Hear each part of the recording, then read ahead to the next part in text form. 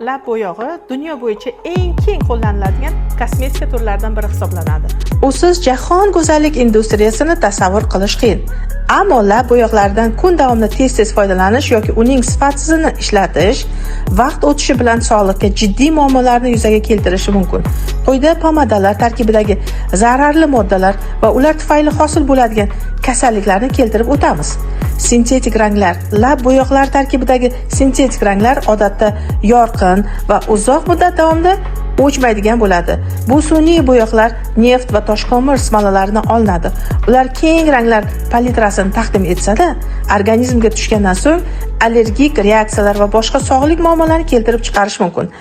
Alyuminiy asosidagi pigmentlar ushbu moddalar yaltiroq ko'rinishni hosil qilish uchun lab bo'yoqlariga ko'p miqdorda qo'shiladi. Alyuminiy birikmalari neurotoksinlik gipotireoz kasalliklariga sabab bo'ladi. Sirkoniy va xrom oksidi lab bo'yoqlari muayyan ranglar va effekt hosil qilish uchun unga sirkoniy va xrom oksidi kabi pigmentlar ham qo'shiladi. Sirkoniy va oq rangni ta'mirlash, silliq tekstura berish, xrom oksidi esa yashil tuslarni hosil qilish uchun sirkoniy va xrom oksidi kabi pigmentlar ham qo'shiladi.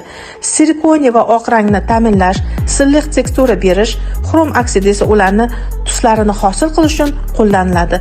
Bu ingrediyentlar kamroq miqdorda foydalanilganda edi, xavfsiz hisoblanardi.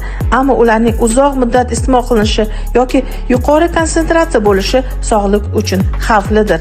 Mavjud xavflarning oldini olish uchun organik mahsulotlar sotib olish, tarkibi allergik moddalardan xoli bo'lgan lab bo'yoqlarini tanlash, kimyoviy aralashmalar o'rniga tabiiy vositalardan bo'lganlarni ishlatish tavsiya etiladi. Bizning do'konimizdan nafaqat tabiiy lab bo'yoqlarni, balki yuzingiz uchun foydali bo'lgan Koreya kosmetikalarni ham xarid qilishingiz mumkin. Quyidagi raqamlarga murojaat qilib, batafsil konsultatsiyaga ega bo'lishingiz mumkin.